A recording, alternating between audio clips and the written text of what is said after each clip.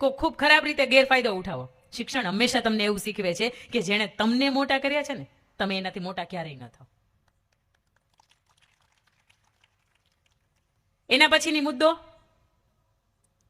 જ્યારે સમાજ ભેગો થતો હોય, સમાજ હિતની, સમાજ ઉત્કર્ષની વાત થતી હોય, સમાજને ક્યારેક આર્થિક રીતની જરૂરિયાત હોય અને તમને ઈશ્વરે ગોળા જેટલું આપ્યું હોય, તો જેમ આપણે ઘરને આંગણે કોઈક મહેમાન આવે ને આપણે ટાઢો પાણીનો ગ્લાસ ભરીને પાઈએ ને અને એનાથી ટાઢક એની થાય ને, એવી રીતે ઈશ્વરે આપણે કદાચ ગોળા જેટલું આપ્યું હોય ને, તો આપણે આ સમાજ માટે, નહીં કે સમાજની બહાર, સમાજ માટે એક ગ્લાસ જેટલું આપવામાં કઈ વાંધો નથી.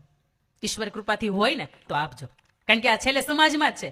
આપણો દીકરો કદાચ સદ્ધર છે, આપણા દીકરાઓ ભણી શક્યા છે, પણ આપણો જે ભાઈ છે, આપણા જે ગોળનો સમાજ છે, અને એમાંથી કોઈ વ્યક્તિ છે એ માત્ર આર્થિક કટોકટીને કારણે ભણી નથી શકતો, તો એ ફંડિંગ ભેગું થાય છે ને તો એ સમાજ હિત માટે જ વપરાય છે. અને એમાંય પાછો આ લોકોનો પારદર્શી વ્યવહાર, તમે ₹1 આપો છો ને ₹1.5 થઈને એમના સુધી પહોંચે છે. અને એના પછીની વાત કે દીકરીઓ જ્યારે પોતાનું ઘરનું ઉમરું, કેટલા એવા બેઠા છે માતાશ્રીઓ કે જેના ઘરની અંદર ઉમરું છે, હાથ ઊંચો કરજો.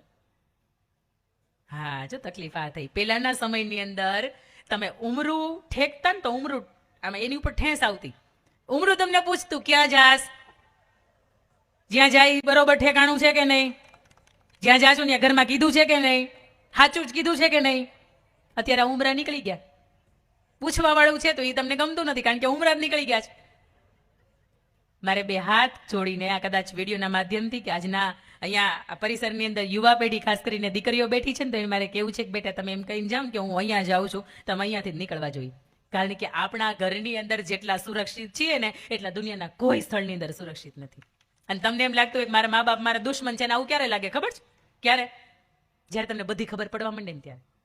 તમે 10, 12, 15 વર્ષના હોય ને ત્યારે તો ઘરે આવો ને સૌથી પહેલા તમે પૂછો મારી મમ્મી ક્યાં ગઈ, કારણ કે તમારી જરૂરિયાત છે. હવે તમે મોટા થઈ ગયા છો, તમને પહેરવા ઓઢવાની અંદર કંઈક ના પડે તો તમને મજા ન આવે, તમને કોઈ બાબતમાં રોકે ટોકે તો તમને મજા ન આવે. પણ પેલો કુંભાર છે ને, કુંભાર, એ માટીનો પિંડો લઈને માટી સરસ મજાનો ઘડો બનાવે ને, તો એને કેટલી વખત આમ ટપલા મારે, એને કેટલી વખત ખૂંદે, એ ત્યારે માટીનો ઘડો બને. બાકી તો માટીને ઢેફું જ હતું. ઢેફું તો શું કામ લાગે, કોકને ઠેબે આવે. પણ એ માટીનો ઘડો બન્યા પછી કોકના પેટની અંદર તમે ટાઢક આપી શકો ને, તો એ ત્યારે આપી શકો કે કોકને તમને ટપાયરા છે. સરસ મજાનો પથ્થર હોય, એ પથ્થર શું કામ લાગે, શ્રીફળ વધારવા કામ લાગે. પણ એ પથ્થરમાંથી એ શિલ્પકાર કંડારે અને એમાંથી સરસ મજાના દેવતાઓનું સર્જન કરે ને, તો તમારું મસ્તક નમે. તમને કોક રોકે છે, તમને કોક ટોકે છે, ભલે માણી આપણા હાટું ટોકે છે, બાકી દુનિયા તેવું જ કે અરે વાત તમે બહુ સારું કામ કરો છો. પણ તમારી ભૂલ કેનારું હશે ને, એટલે સમજો કે આપણું હશે. કોકની વાહવાહી કરતા કોક તમને ભૂલ બતાવતું હશે ને, એને તમારા મિત્ર સમજજો. અને એના પછીની વાત કે આપણે જેમ જેમ સમૃદ્ધ થયા એમ એમ આપણા